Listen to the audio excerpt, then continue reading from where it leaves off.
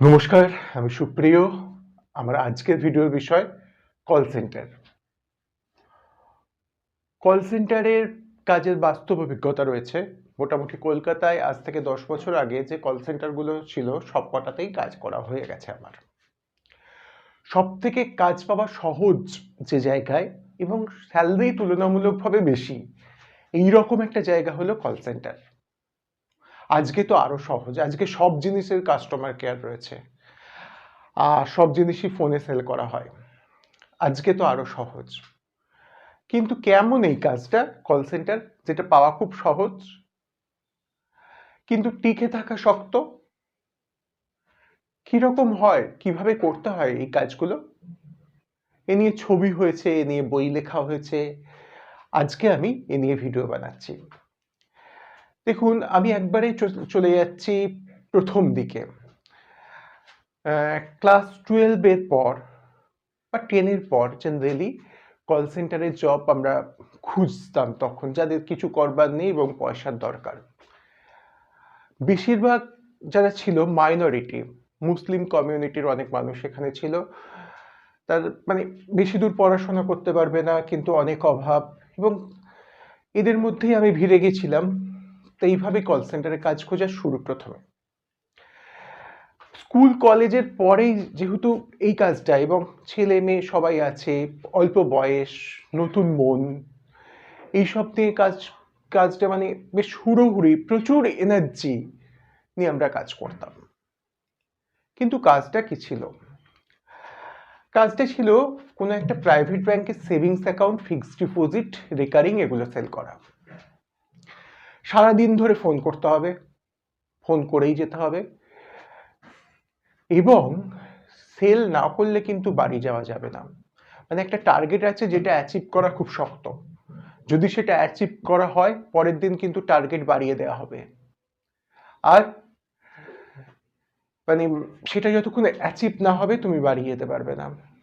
যেখানে আসার সময় তো ছিল 9:30 সকাল, কিন্তু যাওয়ার সময়, ফেরার সময় কিছু ছিল না।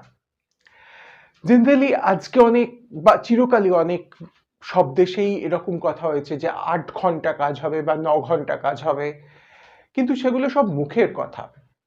কাজে কিন্তু 8-9 ঘন্টা কি 12 ঘন্টা কাজ করিয়ে নিত, প্লাস সপ্তাহে একদিন যে ছুটি, রবিবার, এই কল সেন্টারগুলো তাও দিত না। রবিবারে এরা কাজ করাতো, তার বদলে হয়তো আইসক্রিম খাওয়াতো বা সিঙ্গারা খাওয়াতো, এরকম কিছু একটা পার্টি হতো। রবিবারে কাজ করতাম আমরা সকলে নিয়ে। কিন্তু ব্যাপারটা কি ছিল, এখানে টয়লেট যেতে হলে পারমিশন লাগে, 8 ঘন্টা আগে বলতে হবে। এখানে জল খেতে গেলে পারমিশন লাগে।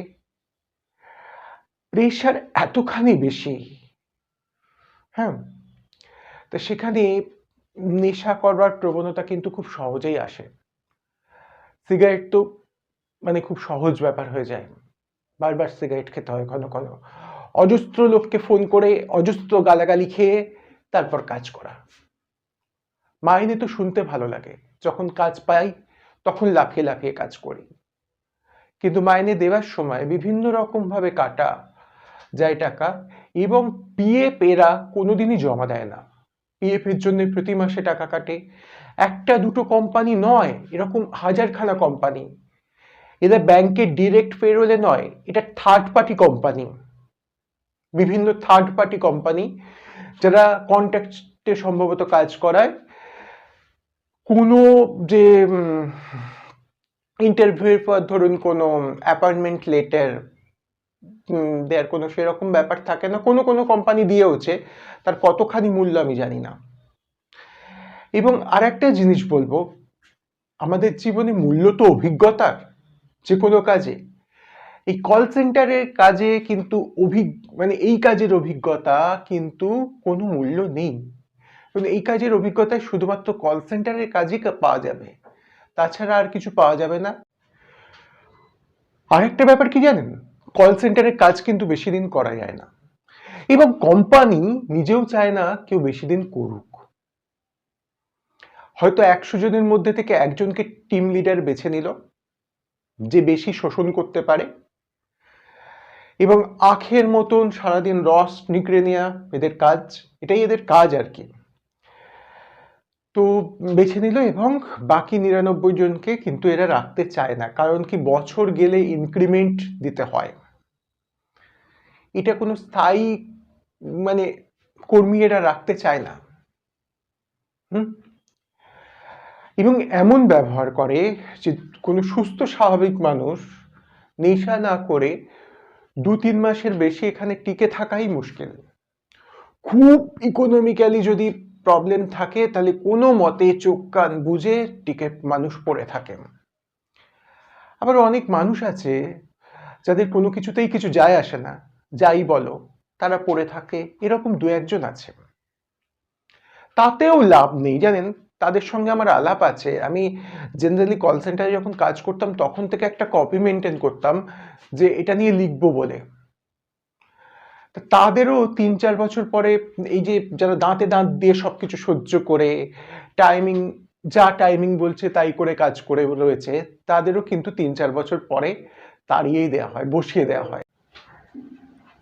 এ তো গেল তাদের বসিয়ে দেওয়ার কথা। তাছাড়া রয়েছে কল সেন্টারগুলো কিন্তু বাইরে থেকে খুব মানে জমকালো হয়। অফিসটা পুরো এসি, ইস্ত্রি করা, রোজ নতুন পোশাক পরতে হবে, জুতো পরতে হবে, গলায় টাই বাঁধতে হবে। কল সেন্টারের ড্রেস কোড ভীষণ কড়াকড়ি, এবং মানে এদের আরো অনেক নিয়ম আছে। মানে যাবার সময় কোনো নিয়ম নেই, কিন্তু টার্গেটটা ফুলফিল না করলে তাকে ছাড়াই হয় না, সব থেকে বড় কথা।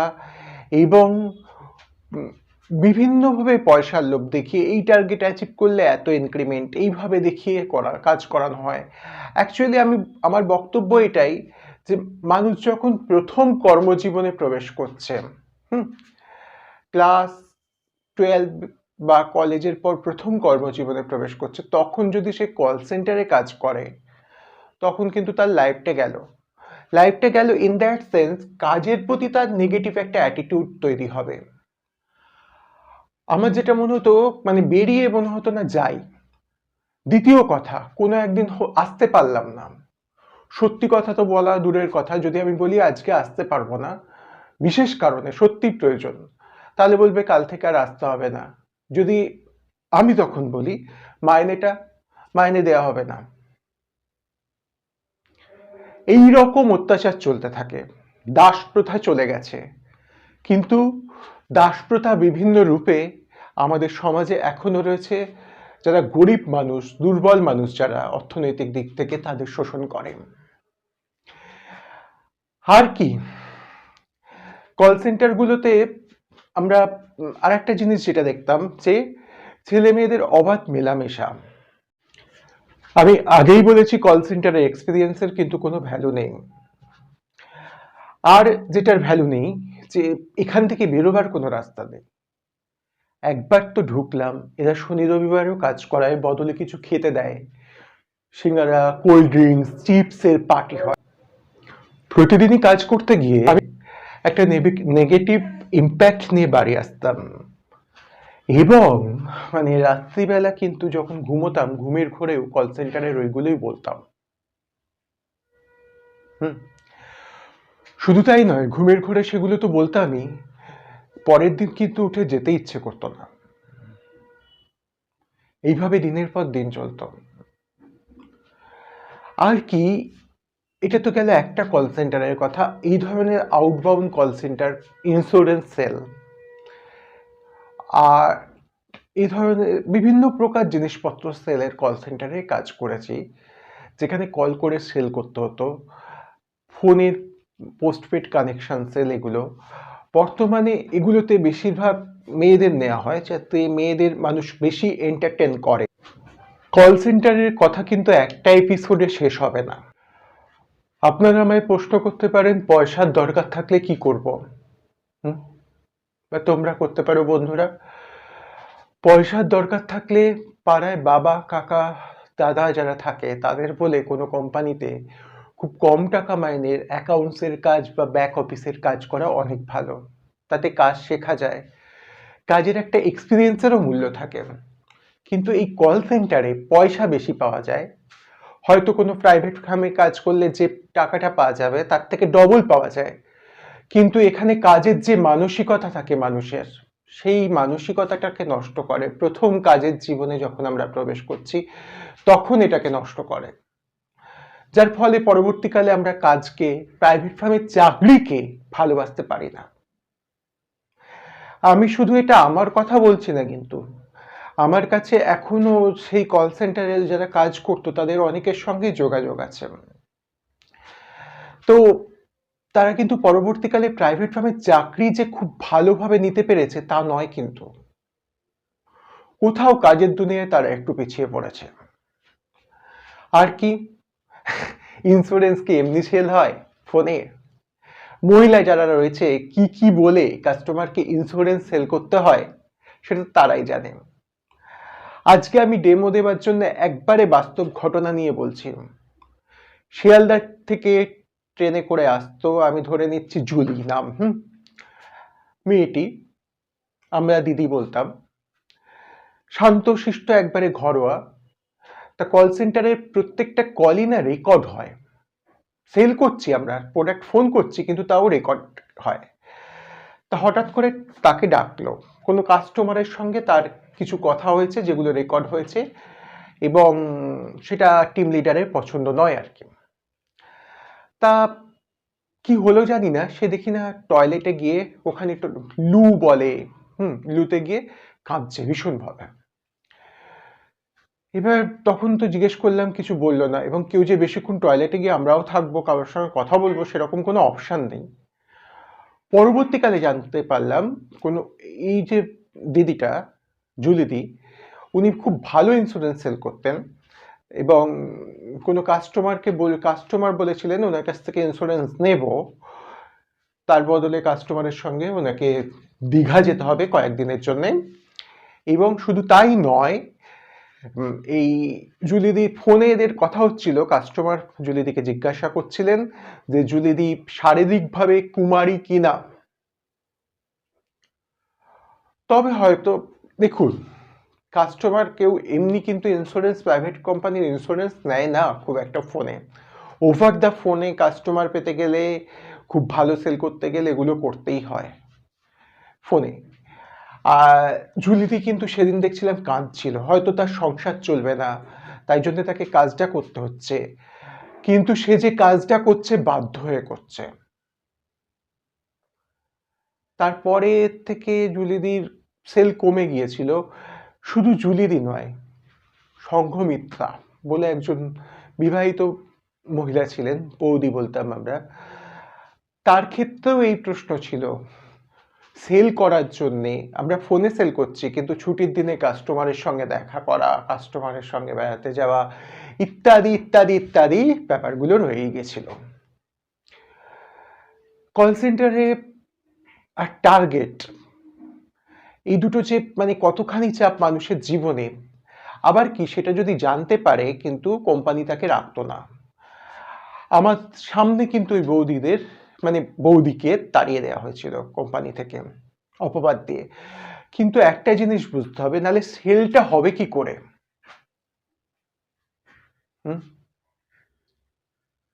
না হলে যদি এরা এগুলো মানে না করে তাহলে তো সেলও হবে না। এরকমই প্রতি পাতায় প্রতিদিনে এক একটা করে রহস্য লুকিয়ে আছে কল সেন্টারের ইতিহাসে। সেই ইতিহাস নিয়ে আমি বানাবো কয়েকটা এপিসোড। এই যে আজকে যেগুলো বললাম কিন্তু সবই আউটবাউন্ড, মানে যেখান থেকে কল করে কিছু সেল করা হচ্ছে। এখানে বসরা কেমন হয়, প্রাইভেট ফার্মের যে কোনো বসরাই খুব একটা ভালো হয় না, কিন্তু একটা ব্যাপার কি, এখানে অল্প বয়সী অনেক ছেলে মেয়ে আমরা একবারে স্কুল কলেজ থেকে বেরিয়ে এখানে ঢোকে, যাদের দুনিয়াটাকে চেনে না, তার জন্য অনেক সময় অনেক ভুল ফাঁদে পা দেয়। সব মিলিয়ে ইনবাউন্ডের কথায় আমি পরের এপিসোডে আসবো। আউটবাউন্ড যে কল সেন্টারটা আজকে দেখবেন, আমি তখন ভাবতাম কি ভুলটা আমার, আমি অ্যাডজাস্ট করতে পারছি না। পরবর্তীকালে যত দিন গেছে আমি এটা বুঝেছি ভুলটা আমার নয়, ভুলটা সেই কোম্পানিগুলোর। কারণ কি, কোম্পানিগুলো আজকে আর নেই। কোথায় সেই কোম্পানিগুলো? এই যে থার্ড পার্টি কোম্পানিগুলো কোথায়? দুদিনের জন্য আসে, 3 দিনের জন্য হাওয়া হয়ে যায়, লোকের পিএফ দেয় না, কিছু দেয় না, টাকা পয়সা ঠিক মতন দেয় না, লোভ দেখিয়ে লোককে দিয়ে কাজ করিয়ে নেয়। আজকে সেই কোম্পানিগুলোর অস্তিত্ব নেই। সত্যি কি নেই? এই যে টিভিতে দেখি রোজই একটা করে কোম্পানি, কত কল সেন্টারে কতভাবে ধরা পড়ছে, সেটা কি? হয়তো তারা অন্য কোনো নামে, অন্য কোনো জায়গায় আছে, এটাও মাথায় রাখতে হবে। আমি বলবো, পয়সার জন্য যাদের জব করতেই হয় তাদের কল সেন্টার জবটা অ্যাভয়েড করেই করা ভালো, যাতে কম পয়সা আসে, আসুক। আজ এই পর্যন্ত।